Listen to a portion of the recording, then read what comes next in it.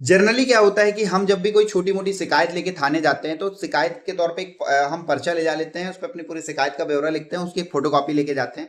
Main मूल आवेदन को हम थाने में दे देते हैं और उस व्यक्ति जो होता है थानेदार, विवेचक अधिकारी जो भी होते हैं, उनसे हम सील लगवा लेते हैं थाने की और साइन करवा लेते हैं और डेट लिख के ले आते हैं।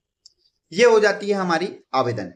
अब बहुत सारे प्रकरणों में ऐसा हुआ कि उस आवेदन को नकार दिया गया। क्या होता है, आज हमने आवेदन की, चूंकि कहीं लिखा पढ़ी नहीं हुई, उस आवेदन को लेके पुलिस वाले ने रख लिया, वो वहीं रखा रह गया या फाइलों में दबा रह गया।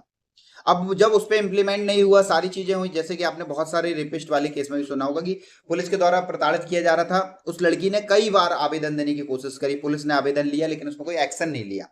तो इस चीज के सोल्यूशन के लिए माननीय मध्य प्रदेश हाईकोर्ट ने डीजीपी को एक आदेश दिया कि इसका कोई सोल्यूशन निकालिए। तो माननीय डीजीपी साहब ने एक सर्कुलेशन जारी किया है ऑल ओवर एमपी के लिए कि जब भी कोई आवेदन लेके आता है, छोटा मोटा कैसा भी आवेदन, आपके खिलाफ शिकायत का आवेदन, आपके पास शिकायत का आवेदन लेके आ रहा है, तो आप उसे जर्नल डायरी में नोट करिए। जर्नल डायरी क्या होती है? जनरली जर्नल डायरी होती है, एक रोजनामचा रजिस्टर होता है, एक साना रजिस्टर होता है, एक टाइप के अलग अलग थाने में एक रजिस्टर होते हैं जिसमें सारी चीजें लाइन बाइज लाइन लिखी होती हैं। एफआईआर रजिस्टर होता है जिसमें एफआईआर के बारे में डिटेलिंग होती है।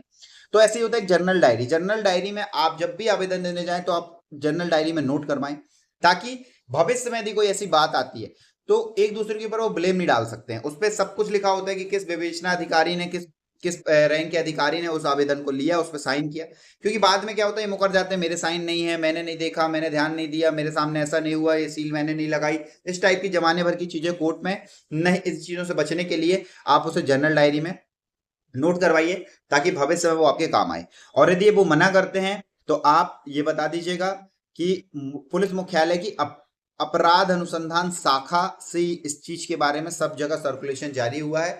यदि कोई आवेदन देता है तो उसे आप जर्नल डायरी में नोट करेंगे।